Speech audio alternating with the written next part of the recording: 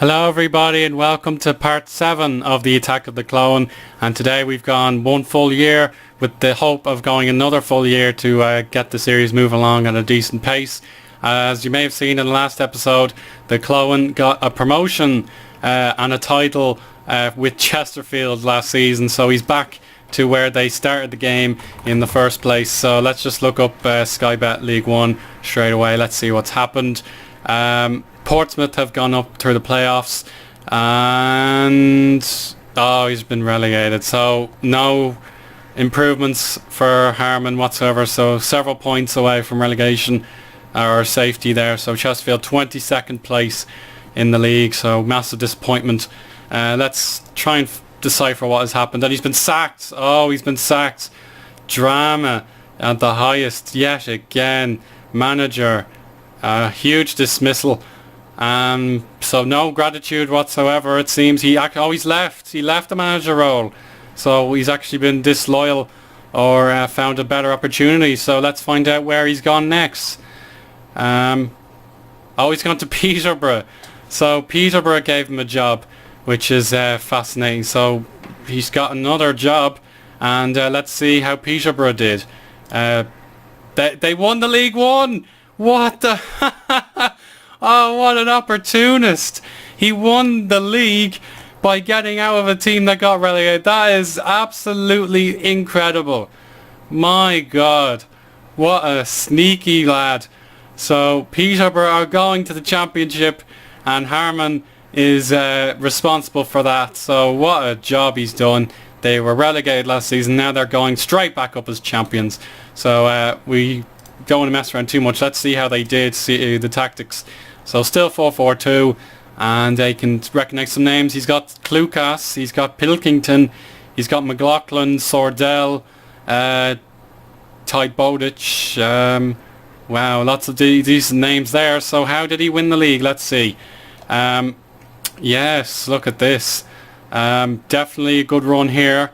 Look at that, good winning streak here.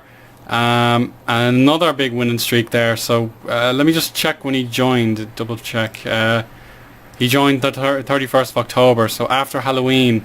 So this point is where he got his job, and he's definitely improved the record a great deal. So let's just try and look at it again. His overview. So in charge of Peterborough, he's won 21 times, drawn 4 and lost 7. That's very good. 65% win ratio, and he's heading closer and closer towards 100 wins. So Peterborough are going to the championship, but what I want to check is how his players have done and transfers. So Scott Wooten was his best player in defence, 7.20 average rating. Stephen McLaughlin played 47 games and he had a good season. Sam Clucas, that is fantastic. He's really taken him under his wing, and he's made him into a left back, which is very good. So Chesterfield bought him for 240, or Chesterfield sold him for 240,000. So he's gone there. Luke James is next, and Jack Baldwin. Goal scorer Luke James, I was just about to mention. He is very much a consistent striker, his best season ever, and Marvin Sordell with a reasonable 11 goals. So good job. Cameron McGeehan is in third position in the goal scorers list despite being a midfielder. That's great. And Sami Odelusi is there as well. And an average rating. Jack Baldwin, Sam Clucas, Scott Wooten, Gabriel Zakuani, and Stephen McLaughlin. So that's fantastic. Who did he bring into the club? Let's have a look there. Some of these signings are... he didn't sign anybody. All the guys he kept. John Taylor, he seemed to have left the car. He didn't play very much, so that's unlucky. He's lost his job. Nathan Thompson in. Marvin Sordell was a money buy. He didn't seem to do too many business transactions. So fair play. He's done a fantastic job, and his reputation will be through the roof. And he's definitely. That's kind of what I wanted to see. I wanted to see him take a variety of jobs and see how he manages. And let's see if he brought in any staff, because that's always good. Sorry, I'm always messing up here. So transfer history, staff. No, no one is new. Jim McGilton went to Bournemouth, so that's why that job was free. So that's pretty much the portion of this episode over with. I'll go through the inbox really quick, see if I can find out now for you. No, there's not really interest in here. We'll try and find that message where he left the club. So, yeah, Harmon believes. Wow, that's not very nice. So I took his job. Yeah, that's very nasty. So McGilton goes to Peterborough to replace Jim McGilton, who had very unkind words to say. So yeah, and Wilson is in charge of the club. Yeah, I think that's pretty much all we need to say. So we'll fast forward another year and see how he fares in the championship. That'll be very fascinating. Okay, welcome back to the portion of the episode. We're going to find out what has happened to the Cl-oin at Peterborough in the Sky Bet Championship in lickety split here. There we are. Let's see how he's done. So no sign of obvious success. So we'll scroll down and relegation. Another step too far for the Cl-oin unless he decided to swap jobs. And he did decide to swap jobs, either by voluntary dismissal. Yeah, he's been dismissed. Oh my God, what is going on here? Yet again, he was sacked in October, so he's just not good at starting seasons. He's sacked at the end of the end of this season, so he's gone. He's out of a job, and his attacking stats have gone up. So he's lost his job. He was tasked with saving the club from relegation, and he has to start all over again. Let's just see what the club was predicted to do. They were predicted 11th. Well, that's quite poor actually.